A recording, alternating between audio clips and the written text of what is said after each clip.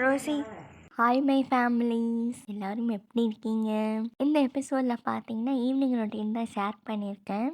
I hope எல்லாருக்கும் இந்த video பிடிக்கும்னு நம்புகிறேன். காலையில் வேலை செய்கிறதா இருந்தாலும் சரி, சாயந்தரம் வேலை செய்கிறதா இருந்தாலும் சரி, அடுத்தடுத்த வேலை செய்யும் போது அடுத்தடுத்த வேலை வந்து ரெடியாக இருக்கும். இன்றைக்கி பார்த்தீங்கன்னா நைட்டு சாப்பாடுக்கு கிச்சடி செய்யலான்னு சொல்லிட்டு ஃபஸ்ட்டு பார்த்தீங்கன்னா பச்சை பட்டாணி வந்து ஊற வச்சுட்டேன். அதுக்கப்புறம் பார்த்தீங்கன்னா அப்பா வந்து டீ கேட்டார். அவருக்கு வந்து டீ வச்சு கொடுத்துட்டு பாத்திரமெல்லாம் கழுவாமல் இருந்துச்சு. இந்த பாத்திரம் கழுவுறத மட்டும் ஒரு மிஷின் வாங்கிடணும்னு நினைக்கிறேன். இது எவ்வளோதான் கழுவுனாலும் தீரவே மாட்டேங்குது. அதை ஃபுல்லாக கழுவி வச்சுட்டு பார்த்தீங்கன்னா கொஞ்சம் முட்டை வேக வச்ச அந்த ஓடெல்லாம் இருந்துச்சு. அதை ஃபுல்லாக நல்லா கையிலே வந்து உடச்சிட்டு அதுக்கப்புறம் இது பார்த்தீங்கன்னா செடிக்கு வந்து ஊற்றிடுவேன். இதை ஊற்றும் போதே செடி நல்லா க்ரோத் வந்து நல்லா இருக்கு. அதுக்கப்புறம் பார்த்தீங்கன்னா அம்மா வந்து கால் பண்ணி சொன்னாங்க, மேலே துணி காய போட்டிருக்கு, போய் எடுத்துகிட்டு வந்து வச்சிருன்னு சொல்லிட்டு. நான் காலையில் சொன்னது மறந்துட்டேன். அதுக்கப்புறம் மறுபடியும் கால் பண்ணி சொன்னாங்க அன்றைக்கி, மறுபடியும் மேலே போய் எடுத்துகிட்டு வந்தேன். நான் போய் எடுத்துகிட்டு வந்து ஒரு 1/2 மணி நேரம் கழித்து பார்த்தீங்கன்னா மழை வந்து ஓரளவுக்கு வந்துச்சு. இன்றைக்கி பார்த்தீங்கன்னா கிளைமேட் பார்த்தீங்கன்னா நல்லா மழை வர கிளைமேட்டாக தான் இருந்துச்சு. இன்றைக்கி நைட்டு ஃபுல்லாக மழை பெய்யும், நல்லா இருக்கும் அப்படின்னு நினச்சிட்டு இருந்தேன். ஆனால் அந்த மாதிரி வரவே இல்லை. மழை வர மாதிரியே தான் அந்த கிளைமேட் வருது, ஆனால் வந்து ஃபுல்லாக மழை பெய்கிற மழையோட அந்த வாசனையே வர மாட்டேங்குது. இந்த வருஷம் பார்த்தீங்கன்னா அதிகமாக மழையே இல்லை. உங்கள் ஊர்லலாம் வந்து மழை வந்துச்சா இல்லையா? மறக்காமல் கமெண்ட்டில் ஷேர் பண்ணுங்கள். அப்படியே இந்த கிளைமேட்டை வந்து பாருங்கள், சூப்பராக இருக்கும். ரீசெண்டாக பார்த்தீங்கன்னா பூதனாச்சி அம்மன் கோயிலுக்கு போயிட்டு வந்திருப்போம். அங்கே பார்த்தீங்கன்னா மழையே சுத்தமாக இல்லை. நிறையா கடலக்காய் செடி வந்து அப்படியே வாடி வறண்டு கிடக்குது. அதெல்லாம் பார்க்கும்போது ரொம்ப கஷ்டமாக தான் இருந்துச்சு, மழையே வர மாட்டேங்குதுன்னு சொல்லிட்டு. அப்புறம் பார்த்தீங்கன்னா மேட்டெல்லாம் வந்து கீழே காயாமல் இருந்துச்சு. அது உள்ளே கொண்டு வந்து செட்டுக்குள்ளே காய போட்டுட்டேன். மேட்டு பார்த்தீங்கன்னா நல்லா மொத்தமாக இருக்குது, அதனால் காயவே இல்லை. காலையிலேருந்து காய போட்டு அதனால் செட்டுக்குள்ளே எடுத்துகிட்டு வந்து போட்டேன். அதுக்கப்புறம் கீழே எடுத்துகிட்டு போகிற துணியெல்லாம் வந்து ஒரு வேட்டியில் வந்து கட்டிட்டேன்.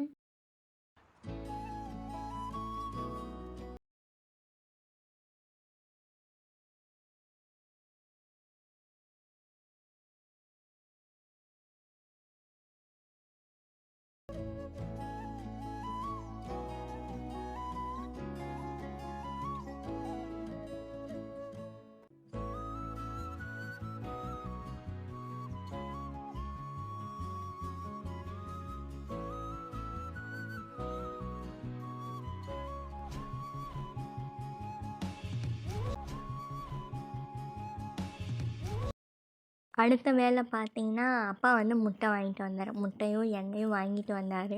சரி முட்டையை எடுத்து அடுக்கி வச்சிடலான்னு சொல்லிட்டு முட்டை பாக்ஸில் வந்து போட்டுட்டு இருந்தேன். இதில் அடுக்கி வைக்கிறது ரொம்ப பிடிக்கும். நானும் தம்பி வந்து ரொம்ப சண்டை போடுவோம். இன்றைக்கி பார்த்தீங்கன்னா அவனுக்கு ஈவினிங் கிளாஸுங்காட்டிக்கு கொஞ்சம் லேட்டாக தான் வருவான். அதனால் நான் வந்து எந்த ஒரு டிஸ்டர்பன்ஸுமே இல்லாமல் நானே அடுக்கி வச்சுட்டேன். இல்லைன்னா 2 பேரும் அடித்து சண்டை போட்டு அந்த முட்டை 2 ஆகாமல் விட மாட்டோம். முட்டை வந்து மீதி 4 இருந்துச்சு, அதை வந்து ஆம்லேட் போட்டுக்கலான்னு சொல்லிட்டு அதை தனியாக கட்டி வச்சுட்டேன்.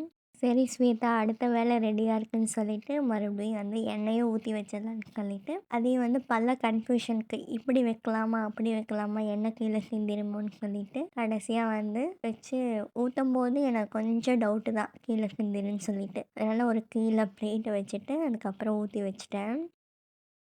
எங்கள் ஊரில் பார்த்தீங்கன்னா செவ்வாய்க்கிழமை தான் சந்தை. நேற்று நைட்டு பார்த்தீங்கன்னா அம்மா வந்து காய்கறி வாங்கிட்டு வந்தாங்க. அம்மானாலே கழுவ முடியல, எனக்கும் ரொம்ப டயர்டாக இருந்தங்காட்டிக்கு நேற்று வாஷ் பண்ணாமே வச்சுட்டோம். அதுக்கப்புறம் இன்றைக்கி சாயந்தரம் தான் வந்து எல்லாம் கழுவி வச்சிடலான்னு சொல்லிட்டு கழுவி வச்சுட்டேன்.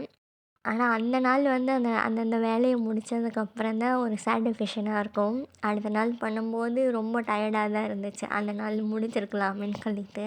ஆனால் அந்த நாளைக்கு ரொம்பவுமே எனக்கு டயர்டாக இருந்தங்காட்டிக்கு அதை வந்து நான் என்னால் செய்ய முடியல. அதுக்கப்புறம் அடுத்த நாள் கழுவிட்டு கண்டெய்னரில் போட்டு வச்சுட்டேன். அதுக்கப்புறம் பார்த்தீங்கன்னா பச்சை பட்டாணி வந்து ஊறிட்டு இருந்துச்சு இல்லையா, அது விசில் வச்சிடலான்னு சொல்லிட்டு ஒரு சொம்பு தண்ணி, உப்பு, மஞ்சத்தூள் சேர்த்து விசில் வச்சுட்டேன். இது கடைசியில் பார்த்தீங்கன்னா பெரிய ப்ராப்ளம் ஆயிடுச்சு. 20-30 விசில் விட்ட கடைசி வரைக்கும் வேகவே மாட்டேன்ருச்சு. என்ன ப்ராப்ளம்னு தெரியல.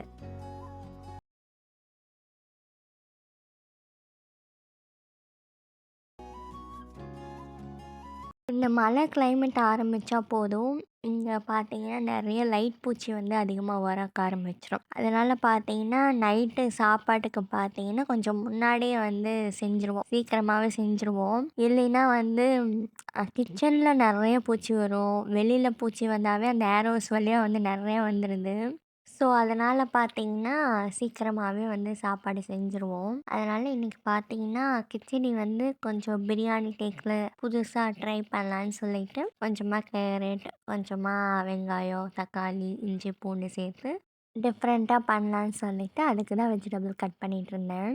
அதுக்கப்புறம் பார்த்தீங்கன்னா நான் என்ன ஒர்க்கு செஞ்சாலும் மியூசிக் கேட்டுட்டோ இல்லை யூடியூப் வீடியோஸ் பார்த்துட்டு எனக்கு ஒர்க் பண்ணுறதுக்கு எனக்கு அவ்வளோ சாட்டிஸ்ஃபைங்காக இருக்காது. நேச்சுரலாக ஃபீல் பண்ணிவிட்டு எனக்கு ஒர்க் பண்ணால் தான் எனக்கு ரொம்ப பிடிக்கும். பேசிகிட்டே இருந்தோம்னா லைட் பூச்சி வந்துருன்னு சொல்லிட்டு கிச்சடி செய்கிறக்கு ஆரம்பிச்சிட்டேன். கிச்சடி செய்கிறதுக்கு பார்த்தீங்கன்னா எண்ணெய் ஊற்றிட்டு எண்ணெய் காஞ்சதுக்கப்புறம் கடுகு, கடலப்பருப்பு வெடித்ததுக்கப்புறம் வெங்காயம், கறிவேப்பிலை, மிளகாய் இதெல்லாம் நல்லா வதக்கி விட்டுட்டு இஞ்சி, பூண்டு சேர்த்து நல்லா வதக்கி விட்டுக்கோங்க. கேரட் சேர்த்துட்டு அதை ஒரு 2 நிமிஷம் வதக்கி விட்டுட்டு கொஞ்சமாக தக்காளி ஆட் பண்ணி அதையும் நல்லா வதக்கி விட்டதுக்கப்புறம் கேரட் வேகிறதுக்கு கொஞ்சம் தண்ணி ஊற்றி அதையும் வந்து கொஞ்சம் நல்லா வேக வச்சு எடுத்துக்கோங்க. அதுக்கப்புறம் ரவை பார்த்தீங்கன்னா 1 கப் ரவை சேர்த்துருந்தேன். அது பார்த்தீங்கன்னா 3 கப்பு தண்ணி ஊற்றி வேக வச்சுருந்தேன். அப்போது வந்து கொஞ்சம் வேகலை. ஏன்னா இது புது ரவைங்காட்டிக்கு எனக்கு எப்படி வேக வைக்கணும்னு தெரியல.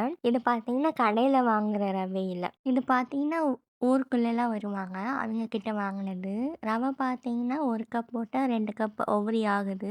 ரவையை பார்த்தீங்கன்னா குக்கரில் மாற்றிட்டு 2 விசில் விட்டு எடுத்துட்டேன். ரவை பார்த்தீங்கன்னா சூப்பராக இருந்துச்சு. இதோட என்னோட ஈவினிங் ரொட்டீன் வந்து முடிஞ்சிருச்சு. இவ்வளோ வேலை செஞ்சதுக்கப்புறம் தான் ரெஸ்ட்டு. நைட்டு பார்த்தீங்கன்னா ஒரு 8 மணி ஆயிடுச்சு எல்லா வேலையும் செஞ்சு முடிக்கிறதுக்கு. அதுக்கப்புறம் பார்த்தீங்கன்னா ரோசி கூட டைம் ஸ்பெண்ட் பண்ணிவிட்டு டே எண்ட் பண்ணியாச்சு.